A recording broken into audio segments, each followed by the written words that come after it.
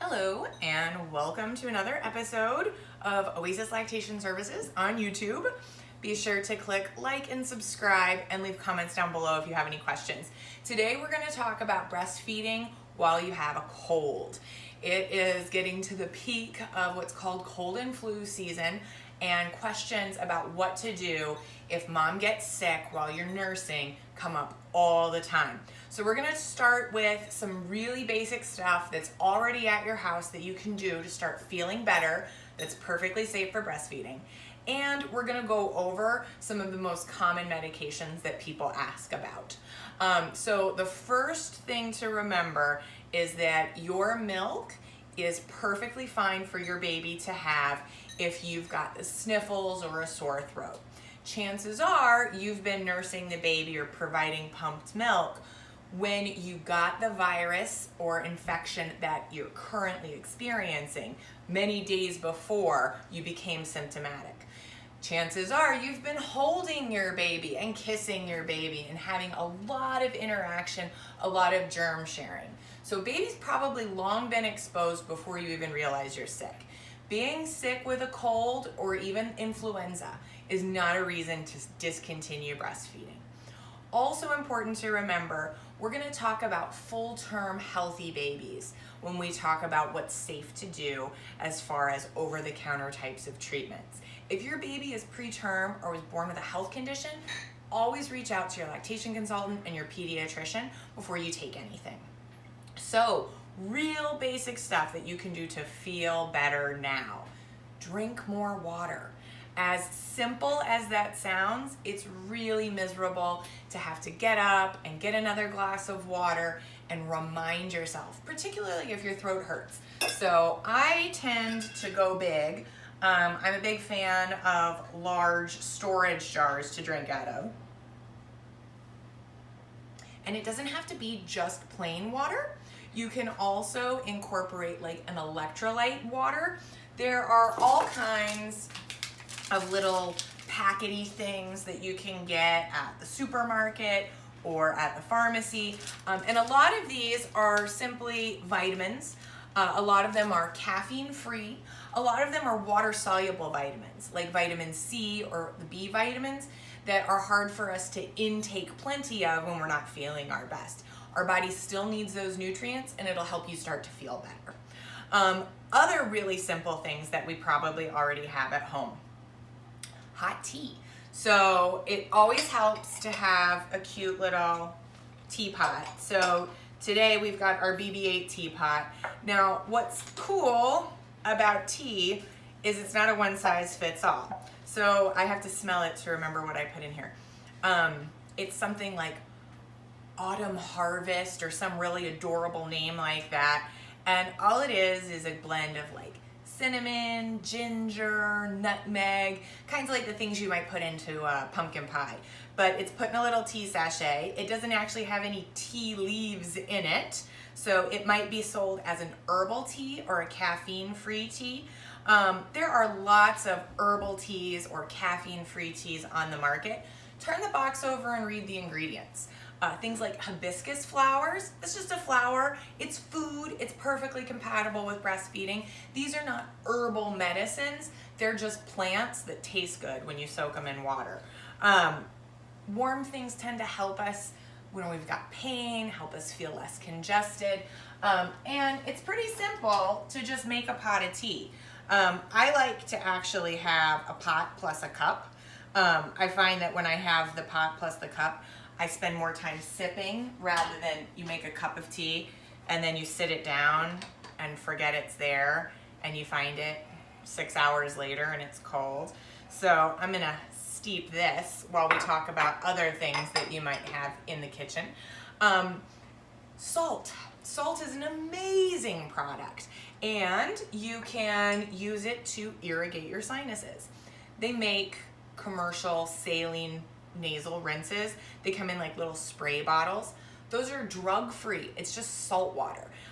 It's just like if you went in the ocean and blew your nose in the ocean a little bit. Well, probably a little cleaner than the ocean because they're usually sterilized. This is called a neti pot. It is a sinus irrigation device. You put warm salt water, and you can just use the salt that you have in your kitchen at home. You put warm salt water in, and you put the spout end in one side of your nose, and then you tilt your head, and then all kinds of stuff comes out the other side of your nose. So this is something you would do over the sink, right? Not over your countertop. Again, it's just salt water. It's completely drug-free, completely safe for breastfeeding. If you've got a lot of sinus congestion, it can totally help clear you up. And these are getting more and more popular, so they're pretty easy to find at like a department store like Target, or sometimes supermarkets that have a pharmacy inside. And then they also make electronic ones that you put up to your nose and it pumps water through. I'm not brave enough to let a robot put fluid up my nose, but maybe you are. If you have one of those, tell us in the comments how it works. So this is my neti pot. Even my kids sometimes use it. Completely safe for nursing parents to use. Practice good hand hygiene and always wash things that you put in contact with your body, just like you would dishes. Here's a cool tip that somewhere I read on the internet, and it made so much sense when I thought it through. Someone told me, chop an onion and sit next to it, and then throw it away the next day. And I thought, okay, well, why? So I'm gonna go ahead and chop the onion because I'm gonna use it for cooking later today for my kids. So, I'm gonna regret this. If you smell the raw onion, right, we immediately start to have watery, teary eyes. All of that mucus in these sinuses starts to really thin out. So you don't even have to take the skin off of the onion because you're just gonna sit it out and let it and throw it away later. I'm gonna take the skin off my onion because I'm not sick. I'm gonna cook with it. But you just chop it up roughly. It doesn't even have to be beautiful, and sit next to it. You can even sit it next to the baby if the baby's a little congested. Now, baby might cry because it smells terrible, and you know, onions do kind of burn your eyes. So definitely let's use good judgment and good common sense when we're thinking about these kinds of things. But the more surface area we can get with this onion, let me get a plate, the better, right? Because then we're releasing more of the compounds in the onion that cause us to cry out into the air. Your house will end up smelling like a fast food restaurant, but it does really help, and it can't hurt, right, unless we directly put it in our eye. And you probably have an onion right now at the house. So these are really simple things you can do to get started feeling better right now that have nothing to do with breastfeeding at all. There's no way it can harm breastfeeding. So let's talk a little bit about OTC medication. That means over-the-counter medication. So nasal sprays that contain a vasoconstrictor that help open up the sinuses and stop the constant onslaught of mucus. These are recommended in general as the first line of defense for breastfeeding moms who are having any kind of sinus issue. And the reason why is it's very localized. It's very, very little could enter the bloodstream. It's also a very small dose. With nasal sprays like this, you only use them maybe once or twice in a 24-hour period. So it's very low dose, very long acting. Do watch yourself for jitteriness with some of these kinds of medications. I know that's one of the things that happens to me. And then another topical would be like a throat spray. I think this one has phenol in it. Some of them have like benzocaine and different kinds of numbing agents. Again, these are topical numbing agents, very low dose, kind of long lasting. And the idea is because it's topical, it's not really getting absorbed in a large way into the bloodstream, very unlikely for it to show up in your milk. If these are the kinds of medications you're interested in taking, call your lactation consultant, call your doctor. Make sure that you aren't taking a medication that can't be mixed with over-the-counter cold remedies.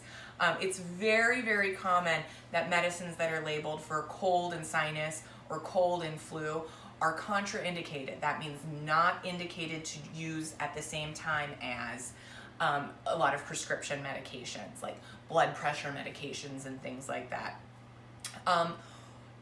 When you look at cough and cold medicines, the list of ingredients can be really, really long, and they can change.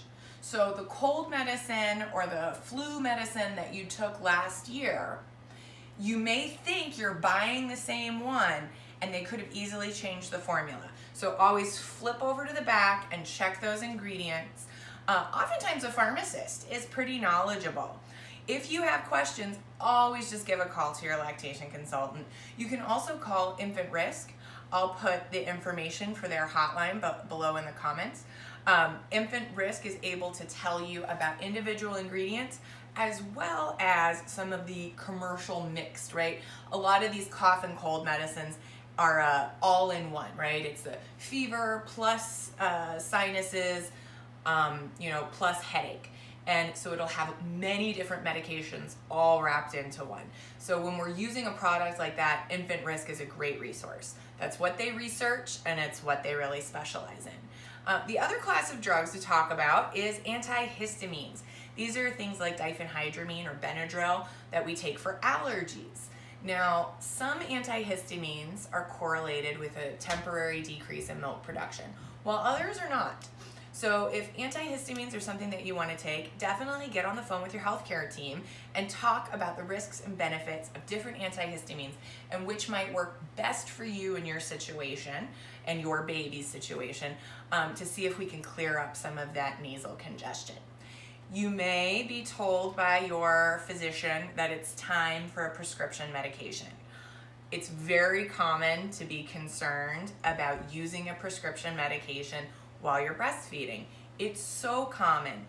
One thing to remember is most of the time, the medications that are being suggested for you also have a pediatric application. That means they're also used in children. So a medicine that's used in children is very likely to be safe for breastfeeding because it can be used on a baby. There are some medicines that you may be offered that you're worried about your milk production. Definitely have an interdisciplinary approach to this. Your physician, your pharmacist, your lactation consultant, infant risk center, healthcare providers actually love to talk to each other. We love to collaborate and group problem solve. So if you have a real need to get better faster with the use of prescription medications, definitely have us on the phone with each other. We'd be more than happy to help you. So this onion is literally killing me. I'm gonna go ahead and drink my tea. So if you have a really yummy home remedy that you wanna share, drop it down in the comments so that other people can know. If it's something that your lactation provider or maybe your pediatrician recommended to you, that would be great. Sharing knowledge is the way that we get better at things, right? So cheers. I hope those of you watching this get to feeling better soon. Be sure to hit like and subscribe, and we'll see you next time with Oasis Lactation Services.